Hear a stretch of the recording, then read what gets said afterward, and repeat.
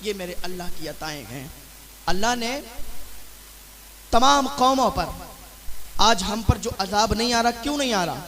کیونکہ ہمارے ساتھ جناب محمد الرسول اللہ کی دعائیں ہیں، اس وجہ سے ہم پر عذاب نہیں آ رہا ہے۔ اللہ نے ہم سے پہلے جو قومیں گزری گئیں، قوم لوط کو تباہ کر دیا، قوم ہود کو تباہ کر دیا، اور اللہ نے قرآن کے اندر یہ پیغام دیا ہے، پہلے کی قوموں کو برباد کیا ہے، پہلے کی قوموں کو تباہ کیا ہے، اور ان کے قصے بتا کے، ان کے تذکرے کر کے ہمیں پیغام دیا ہے کہ کبھی گناہ کے قریب مت جانا۔ جو اللہ کی نافرمانی کرتا ہے، جو اللہ کی بغاوت کرتا ہے، اللہ اسے تباہ کر دیتا ہے، اللہ اسے برباد کر دیتا ہے کوئی ایسا جو اللہ سے ٹکر لے کے دکھائے؟ کوئی ایسا نہیں جو اللہ سے ٹکر لے۔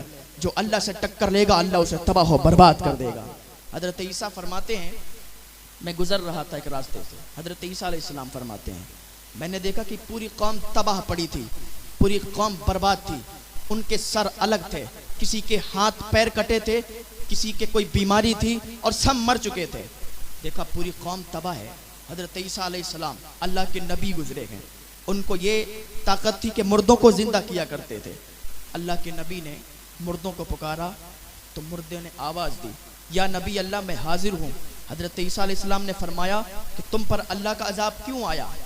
کہا حضور ہم پر اللہ کا عذاب اس لیے آیا کہ ہم دنیا کے لیے رویا کرتے تھے۔ دنیا کے لیے کیوں روتے تھے؟ کہتے تھے دنیا جب ہمارے پاس آتی تھی تو ہم خوش ہو جایا کرتے تھے، اور دنیا جب ہمارے پاس سے چلی جاتی تھی تو ہم غم میں آ جاتے تھے۔ تو دنیا پاس آنے اور جانے کا کیا مطلب؟ کہ پیسہ جب ہمارے پاس آ جاتا تھا تو ہم خوش ہو جاتے تھے، اور جب پیسہ چلا جاتا تھا تو ہم پھر غم میں آ جاتے تھے کہ پیسہ کیسے کمایا جائے۔ اور آج ہم بھی یہی کر رہے ہیں کہ پیسہ ہو چاہے جیسا ہو، کسی طریقے سے کمایا جائے۔ دو ذہن انسانوں نے بہت غلط بنائے ہیں، ایک کہ پیسہ آ جائے، ہم سب کچھ کر سکتے ہیں پیسے سے۔ اللہ ذہن دیتا ہے کہ پیسے سے کچھ نہیں کر سکتے، عزت پیسے سے نہیں خرید سکتے، شہرت پیسے سے نہیں خرید سکتے۔ اللہ فرماتا ہے وَتُعِزُّ مَن تَشَاءُ وَتُذِلُّ مَن تَشَاءُ، جسے میں چاہتا ہوں اسے عزت عطا فرماتا ہوں۔ تمہارا پیسہ دنیا میں ہی تمہارے کام آئے گا، مر کے جاؤ گے تو پیسے کو ساتھ میں نہیں لے جاؤ گے، اور اگر پیسہ کماتے ہو اور اللہ کی بارگاہ میں خرچ کرتے ہو تو یہی پیسہ کل تمہارے لیے ذریعہ نجات بنے گا اور تمہاری بخشش کا ذریعہ بنے گا۔ لیکن پیسہ کما کے اگر اللہ کی بارگاہ میں تم نہیں خرچ کرو گے تو یہی پیسہ جہنم میں تمہیں لے جائے گا، سانپ اور بچھوؤں کی شکل میں تمہارے گلے میں ڈال دیا جائے گا۔ حضرت عیسیٰ، دو ذہن انسانوں کے تھے کہ پیسہ کماؤں، ایک میں آزاد ہوں۔ ہر انسان سمجھتا ہے ہم آزاد ہیں، آزاد ہو تو پھر چلو، ٹھوکر لگ جائے تو مر جاؤ گے، ٹھوکر لگ جائے زمین پہ گرو گے دانت ٹوٹ جائیں گے۔ ہم کیسے آزاد ہیں؟ اگر آزاد ہیں تو پھر موت کو بھی روک کے دکھائیں، موت کے فرشتے کو بھی روک کے دکھائیں۔ موت کا فرشتہ آئے گا، روح کو قبض کرے گا، چلا جائے گا، کوئی موت کو نہیں روک سکتا۔ حضرت سلیمان علیہ السلام کے پاس ایک انسان بیٹھا ہوا تھا، ملک الموت انسانی شکل میں آئے اور اس انسان کو گھور گھور کے دیکھنے لگے۔ اب وہ ڈر گیا، حضرت سلیمان علیہ السلام سے کہنے لگا حضور یہ کون شخص تھا، بہت گھور گھور کے مجھے دیکھ رہا تھا؟ کہا تم جانتے نہیں ہو، یہ انسانی شکل میں آنے والا ملک الموت تھے، یہ ملک الموت آئے تھے۔ تو اس نے کہا جب اتنا سنا کہ ملک الموت آئے تھے تو بہت ڈر گیا۔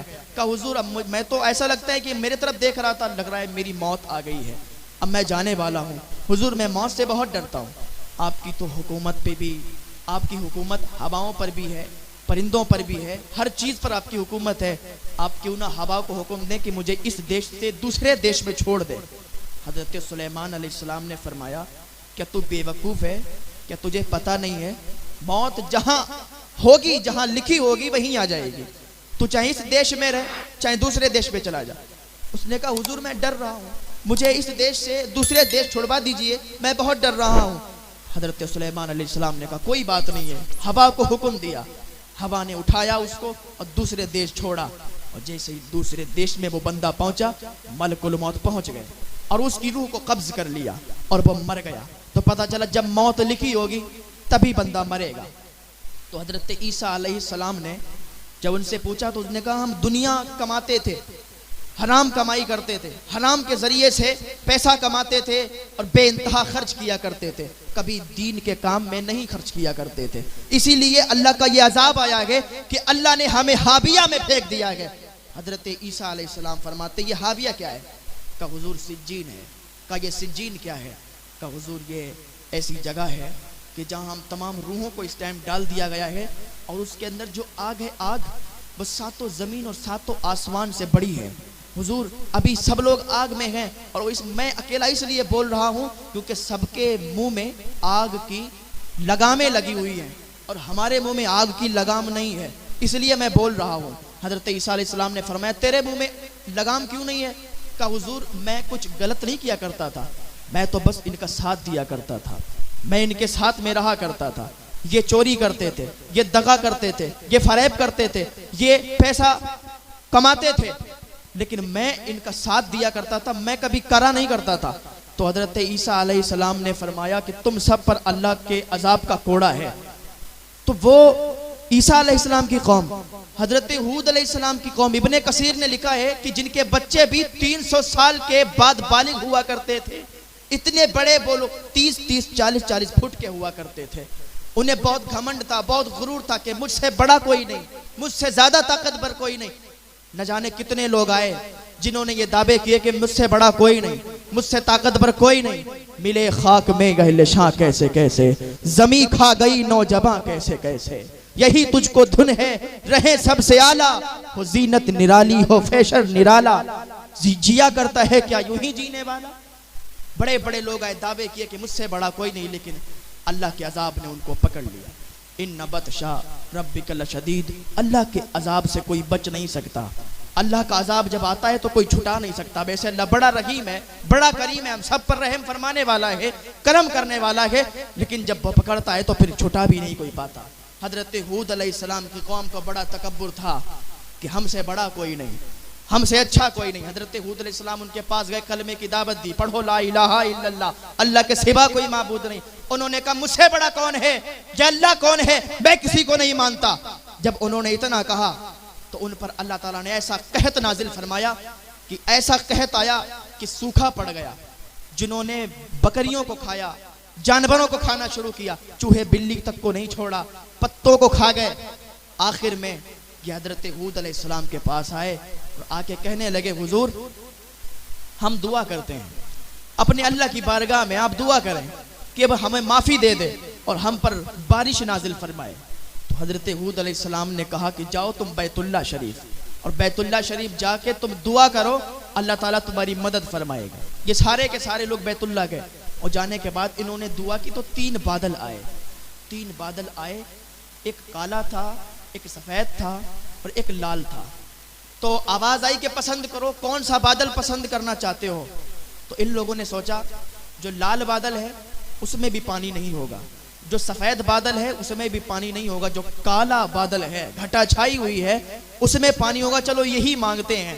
کہا مجھے یہ بادل چاہیے۔ جب ان لوگوں نے بادل کالے کی تمنا کی تو کالا بادل چلنے لگا اور اسی بستی کے قریب آ گیا جہاں پر یہ سارے کے سارے لوگ رہتے تھے۔ اللہ نے حکم دیا ایک فرشتے کو کہ اس میں چھید کر دیا جائے۔ فرشتے نے عرض کیا مولا اس میں کتنا چھید کروں؟ بیل کے نتھنے کے برابر کر دوں؟ تو اللہ نے فرمایا اگر بیل کے نتھنے کے برابر اس میں چھید کرو گے تو پوری دنیا تباہ ہو جائے گی، پوری کائنات تباہ ہو جائے گی، ایسی ہوا اس کے اندر سے نکلے گی۔ تو اللہ نے حکم دیا کہ انگوٹھی کے چھید کے برابر اس میں سوراخ کر دو، اور جب تم یہ سوراخ کرو گے تو ان کی پوری قوم میں ایسی تباہی مچے گی، ایسی ہوا برپا ہوگی کہ پوری کی پوری قوم تباہ ہو جائے گی۔ پہلے کی قوموں پر عذاب آیا کرتا تھا، آج ہم کیوں بچے ہیں؟ اس لیے کیونکہ حضور صلی اللہ علیہ وسلم کی دعائیں ہمارے ساتھ ہیں۔ اگر حضور کی دعائیں نہ ہوتی قسم خدا کی ہم سب ابھی تک تباہ ہو گئے ہوتے۔ آج ہم پر زلزلے آتے ہیں، ہم فوراً اللہ کی بارگاہ میں دعا کرنے لگتے ہیں۔ ہم پر زلزلے آتے ہیں، ہم پر کوئی اگر بات آ جائے، ہمارے سر پر کوئی تکلیف آ جائے، ہم اللہ کی بارگاہ میں دعا کریں مولا ہمیں اس بلا سے بچا دے۔ ابھی زلزلہ آیا ترکی میں، کتنے لوگ مسجد کے باہر کھڑے ہو کے حضرت امام صاحب اذان پڑھ دیجئے، زلزلہ آنے والا ہے، زلزلہ آنے والا ہے، اذان پڑھیں گے تو زلزلہ کم ہو جائے گا، زلزلہ نہیں آئے گا۔ یاد رکھیں 3 زلزلے آنے ہیں، 2 زلزلے آ چکے ہیں، ترکی میں بھی آ چکا ہے۔ اب جو باری ہے نا ہندوستان کے زلزلے میں، ہندوستان میں زلزلہ آئے گا، کتابوں میں لکھا ہے 3 زلزلے آئیں گے۔ ابھی ہندوستان میں کوئی اتنا بڑا زلزلہ آیا نہیں ہے، ترکی میں جیسے کہ زلزلہ آیا کہ گھر تباہ ہو گئے، برباد ہو گئے، اسی طریقے سے آنا ہے۔ مسلمانوں ابھی بھی تیاری کر لو کہ ہم جس لیے آئے ہیں اس لیے ہم اپنی زندگی کو اس دنیا میں لگا دیں، ورنہ اسے تباہ کر دیے جاؤ گے، اسے برباد کر دیے جاؤ گے، اسے زمین کے اندر دھسا دیے جاؤ گے جیسے کہ پہلے کی قومیں تباہ و برباد کر دی گئی۔ یاد رکھیں تو حضرت ہود علیہ السلام کی قوم پوری کی پوری تباہ ہو گئی، پوری کی پوری برباد ہو گئی۔ حضرت لوط علیہ السلام کی قوم کو اللہ نے برباد کر دیا۔ جتنی بھی قومیں ہیں، جتنے بھی نبی ہیں، ان کی قوموں نے سرکشی کی، اللہ نے فوراً تباہ و برباد کر دیا۔ لیکن آج ہم اس لیے بچے ہیں کیونکہ حضور کی دعائیں ہمارے ساتھ ہیں، حضور کی دعاؤں کے صدقے سے ہم لوگ بچے ہوئے، جو ہم پر حضور کی دعاؤں کا سایہ ہے کہ آج ہم بچے ہوئے ہیں۔ اللہ کی بارگاہ میں دعا کریں کہ اللہ میں نیک عمل کی توفیق عطا فرمائے۔